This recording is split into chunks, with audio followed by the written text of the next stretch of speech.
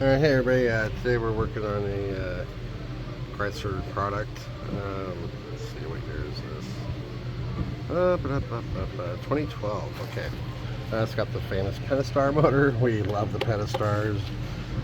Anyways, we're going to be pulling the transmission today. We found a cracked flex plate causing lots of noise. Pretty easy to tell because it'll do it when it's under load and it'll quieten down when it's just sitting there idling in neutral. So it's a pretty easy way to tell. And then I confirmed that by pulling the viewing cover underneath and rotating the engine until I saw the large crack, which I'll post a picture of in with the video. But we're going to start pulling everything apart here. I've already pulled the axles off. That part's pretty simple. Getting the ball joint nuts off, pulling the axles out. Pretty straightforward. But down here we have some jiffy tight connectors is what they're called. Okay, that's these swiveling lines. They just got a little clip here. A lot of people have trouble with them. We're going to show you the new tool today. Well, it's not new to me. I've had this tool for probably, gosh, close to 10 years now. Let's see, here we go. Okay, this is a jiffy tight connector release tool. And it has 3 little notches where the spring clip sits in there, and then you rotate it to release the clip. Opens up over the line. I'll show you how it goes here real quick.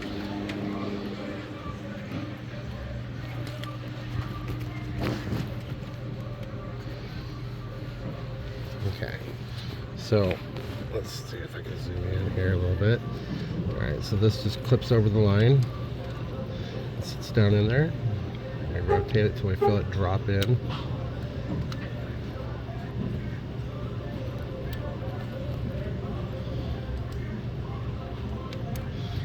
And then I just rotate it and you can feel the spring with tension. And then it just pops right out with the tool.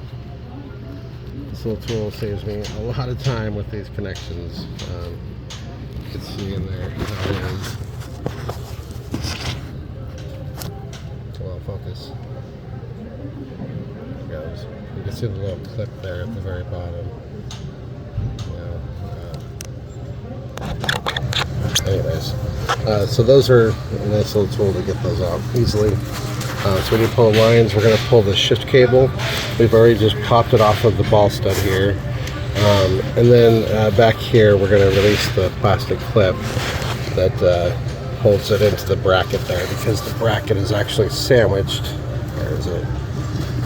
Back here. It's actually sandwiched in with the mount back there. So I'm just going to leave the bracket, pull the cable. That makes it a little easier. Today we had a little challenge. As you can see here, I had to pull the entire axle with the hub. I cannot get my axle to free up, so we removed the whole entire thing. There's 3 bolts here that hold the center carrier support, and there's no clip on the end, so it makes it pretty easy to slide out. There is a little heat shield I will show you guys that you have to bend out of the way to get this center support bracket free and clear. It just takes a couple seconds, doesn't do any damage, and just makes it a lot quicker and easier. Alright, we'll get started. Okay, so this little heat shield right here, you have to take a pry bar against the manifold, the exhaust there, and pry it away from the exhaust. And that will give you just enough room to get the center support out for the axle shaft. It doesn't do any damage, you just move it on over, and it's not too big of a deal at all. Okay, the battery and battery tray get removed. It's a 13mm hold down for the battery, 10mm for the cable ends. We've got several electrical hold downs here for the loom. Again, there's one in the back here. There's a bolt back here, a nut here, a bolt here that sandwiches with the line there. And I've also got one, I don't know if I'll be able to see it or not. Let's see. Is there one down there? Maybe not. Okay.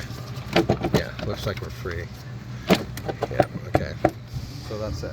And then the battery tray comes out and we're going to have access to our mount. Alright, now with our battery tray out of the way, we have access to our transmission mount. We have these 2 big bolts here. What I do is I take one out, almost all the way, and I just leave it in a few threads so that can allow the transmission to drop down. And then down here on the side, there's 3 bolts that hold the bracket to the transmission, and you cannot get the transmission out without this bracket being removed. So what I do here is I take this bolt off first. Okay, this one is the one that's not accessible from underneath. Okay, so I take that one completely out, and then I loosen this one and this other back one here. Okay, and just leave them in a few threads, and that's going to give you enough room to access these side bolts with a wobble and an extension. And then you'll be able to drop the transmission out. So right now we're going to start going after all of our bell housing bolts. Okay, we got a couple down here. The ones that go through for the starter are sandwiched by the engine mount up front there. So we're gonna have to wait for those last 2 until we get the mount off. But we're gonna get all these top bolts out here and get it all ready to drop down so we don't have to climb up on a ladder. All right, so I started removing. Whoops. Okay, so we started removing some of our upper bell housing bolts. Okay, there's this one that's grounded through one of the bolts here. Okay, and it's got a studded bolt. Okay, 13 millimeter on the nut portion, and then 15 millimeter on the bolt portion. Okay, and then so we've gotten all of our bell housing bolts up here to the back, and then back here, okay, behind all these heater core lines, we have these bolts, these large ones here for the rear mount. Okay, those have to come loose and be swung away, or at least out of the way anyway. There is this heat shield, 10 millimeter bolts hold that on. Then you've got the oxygen sensor clipped into it as well. Sometimes I can access the side bolt, sometimes I can't, depending on the model, how they run the exhaust. But you have to get these 3 on the top here before you're able to free the transmission. Okay, so you're going to get all these driver's side facing bolts out of the bell housing here. We've got one down there. Let's see. Oh, I've got one more here on the top. I gotta get. There she is behind that harness. Okay, and then we're gonna loosen our transmission mount bolts and drop that down. Don't forget to get this one in the back here. This one's really important because it's really difficult to get to from underneath once you get everything loosened. So don't forget this one back here. And then on the shifter cable here, all I did was, let's see here if I can get this out. There we go. Just push the tabs in. I do them one at a time and then just kind of wiggle it out until they stay in, and then I can just slide it right out. There is a little clip that goes into the it sits like that so that the clip can't accidentally come out. So this usually just slides right out, and then you can squeeze your clips together and get it out. Alright, so we're working on our transmission mount here. This is the bolt that came out. What I did is I went into my big scrap bolt bin, and I'll just pull it out, I guess. And I got myself a bit longer one. Okay, so that's going to give me that extra drop to get those side bolts. I remember having a little trouble with this last time, being a pain in the butt with the extensions and whatnot and the swivels. So we've got our we've got our 3 bolts out. We got our last one right there. Pull that one out. Okay, that's going out of the way. And then there's one that goes in the side from down below, from the passenger side into the transmission. Okay, and that's the one. It's gonna be the last one we get for that back one. This is dropped just a bit. Got a little gap there now. So all we need to do is go underneath and undo our small cross member and get our starter bolts and our front engine mount.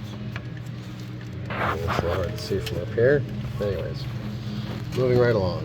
Alright, so looking at it from underneath, we've got our crank pulley, 27 millimeter on that if you're wondering. I dropped off my caliper because of the axle. But anyways, we're moving right along. Here's the access cover port to get the torque converter bolts. Okay, very important. We got some 15 millimeter bolts all along the bottom here. Okay, and then up here, let's see, way back by that wire, right where my shadow is, there's a bolt that goes in right there, and it's way hard to see from over here, but anyways, that's the see if I can get some light up there. There we go. So you can see that hole up there, that's where our bolt is up there. And we got, you know, a couple more right here along the bottom. And then we're gonna pull our cross member out. Okay. This one's always a pain in the butt. This front one, sometimes it gets jammed up.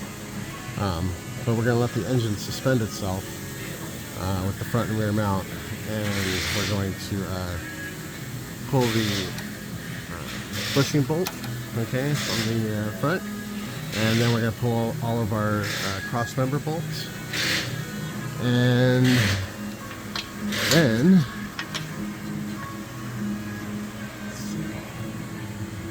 you can see right up there, that's that other 18 millimeter bolt for that rear mount that goes in sideways. Okay, that'll be one of the last bolts we get. And then dropping this thing out. Currently it is sitting on the cross member because I dropped those rear mount bolts. So we're going to need to support the transmission before we pull this cross member.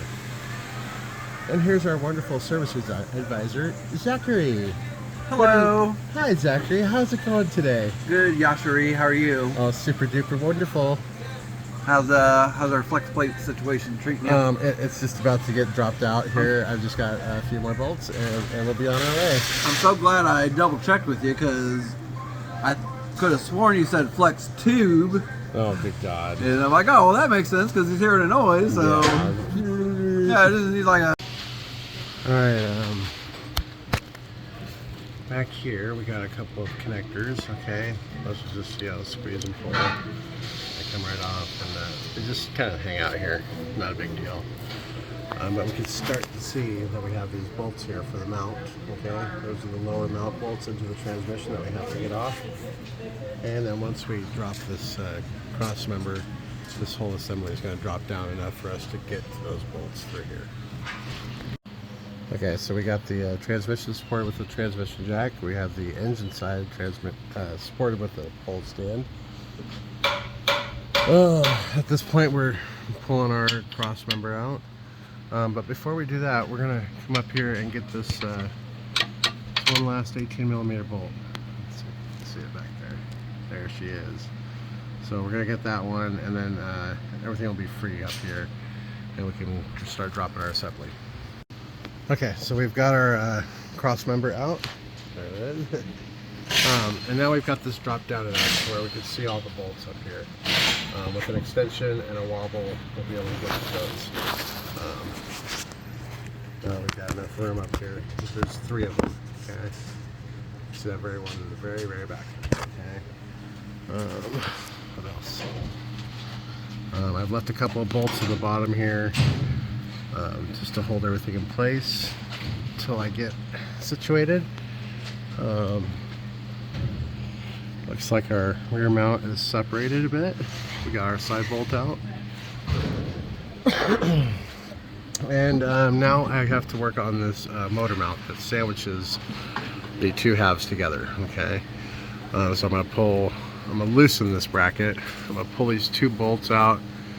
Actually, I have to get all the way out of the way because there's actually 1 bolt for the starter that's back up under here. So they make it real fun for you. Okay. What else? These look like they're going to be 16s again. Let's see. Yeah, these are 16 millimeter for the bracket bolts, and 15 millimeter for the starter bolts. So once we get this bracket out of the way and the 2 starter bolts, there's 1 above it that I couldn't get from top, but I'll be able to get it from here. And then we're ready to drop our transmission out. All right, so we got our bracket off, and now we just have 1, 2, and 3 bolts left, and this whole transmission is ready to separate. You just leave the starter sitting in there. It doesn't have to actually be removed. You just need to have the bolts out. Okay, so on this, on these bracket bolts here, you can get to most of them. But on this upper left corner one here, to actually get on it, I use a double wobble setup. I use a regular impact wobble and then a wobbling 16. You can obviously go with 2 wobbles at a socket. Then just angle your setup over like that and start it on there, and bam, I can put an impact gun on that now. And the same goes for the other 2. Obviously the lower one's easier to get to. But that top left one, you gotta do that double wobble setup. Okay, one last important note. When you're reinstalling this, okay, we have our access cover right here. What you want to do is you want to find the hole that's oblong, it's not circular. Okay, we have 3 circles, okay, and then we have one that's not a circle. That one needs to be in the access cover to start your first bolt. If you always do that, you will never have a problem lining up your converter bolts. Almost every flywheel is manufactured this fashion. Alright, so at this point in the game, we're getting mated back up.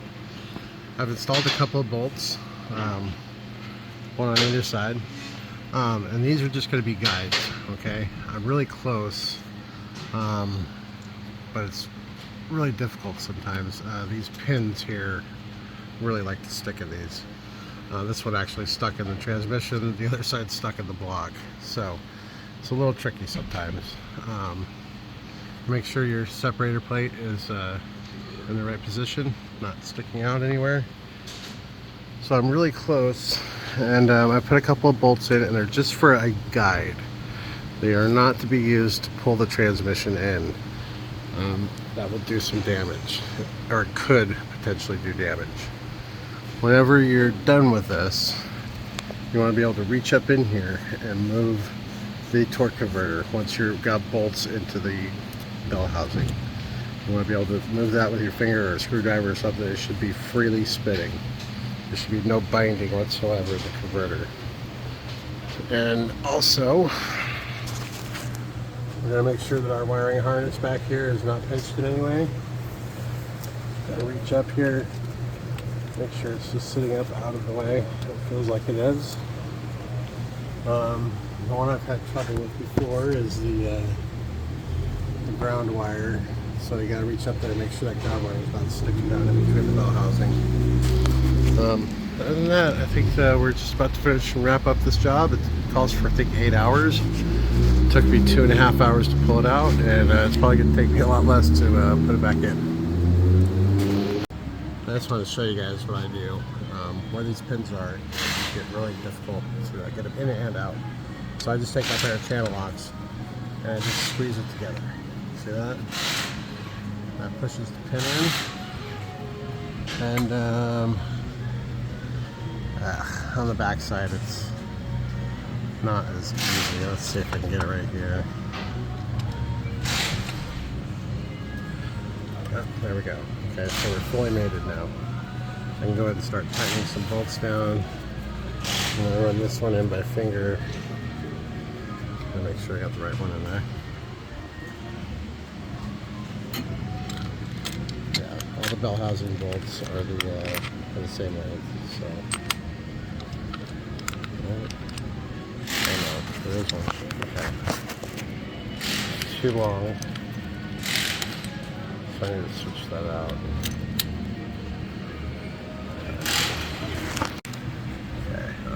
I could tell just by how much was sticking out of here that it was just a little bit too long. Okay, so you got different lengths here.